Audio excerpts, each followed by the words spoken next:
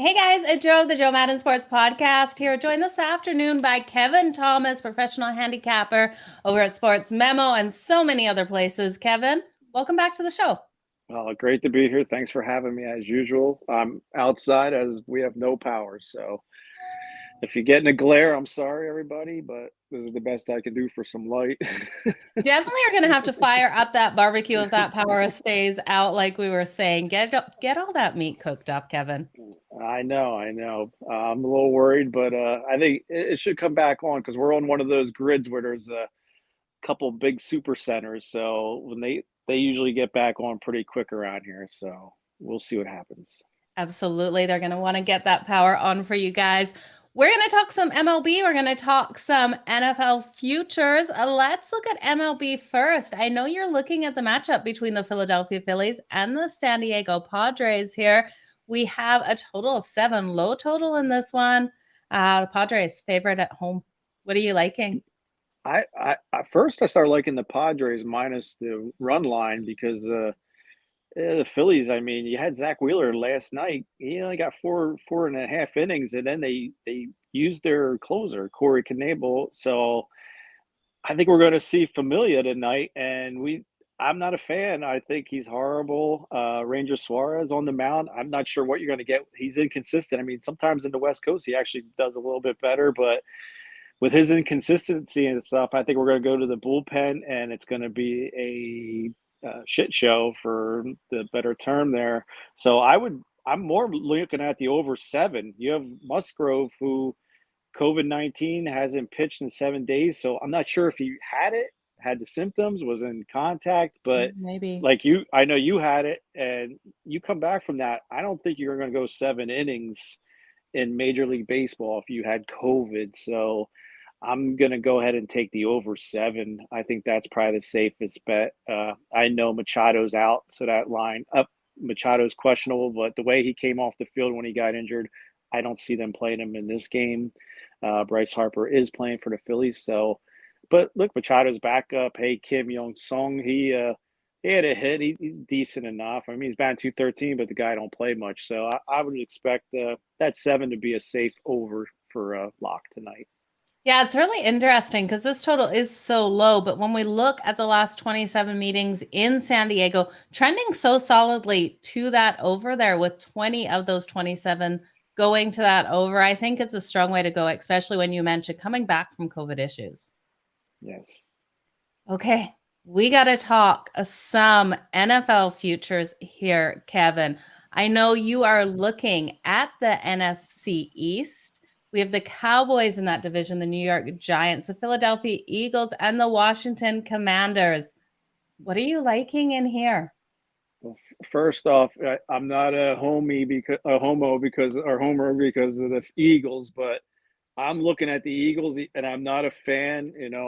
I live here, but I'm a Packers fan. Everybody should know that knows me by now.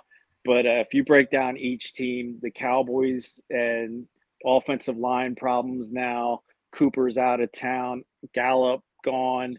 The offensive line, that was their stronghold. The running game, Ezekiel Elliott, he's not Ezekiel Elliott that we saw at your Ohio Oh, boy. State and his first 2 years with the Cowboys. He's a shell of that. And then Mike McCarthy, I mean, not a great coach, not a great manager. I know he tried the West Coast offense, and I don't think that's Dak's cup of tea. Tight ends, I think he wants that scramble out long bombs and stuff to Dallas. But the defense, they upgraded. I'm a huge, I follow Penn State. Micah Parsons played phenomenal, great linebacker. But the Eagles, they made a lot of great moves. Now the question mark for them is their coach too, Nick Sirianni. Not a fan of his. I don't think he was a great coach. They did what everyone was crying for him to do, run the ball, and they did it with success. And they're going to run the ball some more. And, just the fact that they added A.J. Brown, another weapon, is huge. But you can get them at plus 160 to win the NFC East. The Cowboys are plus 130. I think you can get the Redskins at plus 300. And that would be my sleeper, like, backup. Like, if I put 400 on the Eagles, I'm probably going to lay like 200 on the Redskins because Riverboat Ron, uh, That's a great team he has there. Defense. I Yeah. know he wants to run the ball, but is Gibson going to be able to do, 17 games? I mean, the guy, he was a stud in college, but he's hurt so far the last 2 years. So I'm not sure if Gibson and Ron Rivera, that's going to mesh. And then they bring in, Carson Wentz. I mean, what were they thinking? Can he do something there? I don't know. He's got weapons. I just think that defense is probably going to be the best defense in the NFC East. So that kind of I might put some on the Redskins to win it, but I would go full board on the Eagles because then we're going to look at the Giants. Another new coach, uh, Brian Dayball, and I was looking at his staff, all new coaches, all of them were assistants and stuff. So they're kind of like in a rebuild. What's going to happen with Barkley? Who's their starting quarterback? They bring in Tyrod Taylor. You Yeah. got Daniel Jones. You got Webb. I'm not seeing anything this year, and the Eagles have one of the easiest schedules. So plus 160, I think that's kind of a steal. Like I said, the only other team I think would be the Redskins because that defense, if they stay healthy, Young comes back 100%, that's going to be a sick defense to watch and bet a lot of unders with them this year. But I think the safest bet plus 160 with the Eagles for the NFC East. Yeah, I like where you're going there. I really do think Washington is a nice way to take a sleeper in that division. The whole problem with Washington that I see is Carson Wentz will have to stay healthy. As long as he can stay healthy, like you said, that defense is playing phenomenal with Chase Young back. I think last year we expected more out of them. I think we will see more out of them this year. But with the Philadelphia Eagles, your faith in Jalen Hurts is strong then? He's my kind of question mark. I just don't know what we're going to see out of him this season.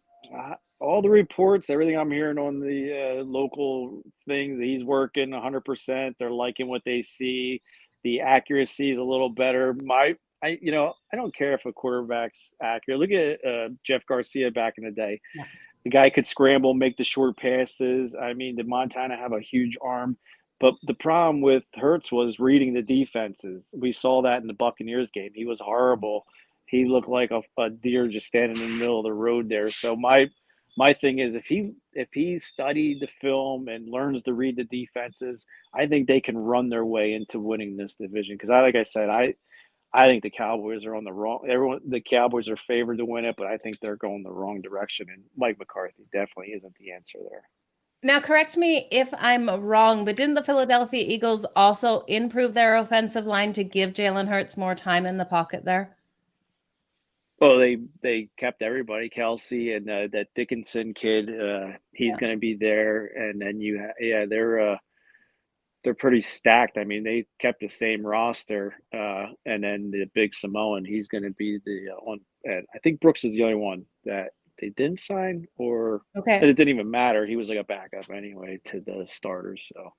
Well, I really do hope the Eagles have a phenomenal season and all the best in this bet. Cowboys are a little overrated. We know they're America's team, as they say, so we always get them listed as a favorite, Kevin. That's the Packers. How about your Chargers? How are you liking them so far? You know what? I love everything I'm seeing out of my Chargers. I think we're going to have a really good season with Justin Herbert here. He's just phenomenal. We need to make smart coaching decisions this season. I know. That's what I will say about. I do the Playbook Sports, and they do a magazine that comes out, and we had to give our predictions for AFC, NFC. And I didn't even pick the Packers, but my AFC pick was the Cleveland Browns. But it all depends on Watson. I do like the Broncos. I think they made the biggest moves going after a stud quarterback like Wilson, and with those receivers that never got to their full potential, I think that's going to be an air show. But if Watson gets out of this and only gets suspended for 4 to 6 games, as some are saying 60 games a year. Now I'm hearing 4 to 6 games. If they can get away with 4 to 6 games, yeah, that Cleveland team is dangerous. Jeez. Oh, it's going to be so dangerous. That is for sure. Well, Kevin, thank you so much for joining me here on the Joe Madden Sports Podcast. Thank you for giving us having me. Thank you. Yeah, absolutely. Can't wait to have you back on. All the best on the diamonds today and in everything that you've got going on. Where can people find you? Please promote your socials as well as your YouTube, everything that you've got going on Oh and yeah, your right. picks. Yeah, right there, Kevin Thomas on Twitter. I mean, you can message me. I respond. I'll answer any questions you have.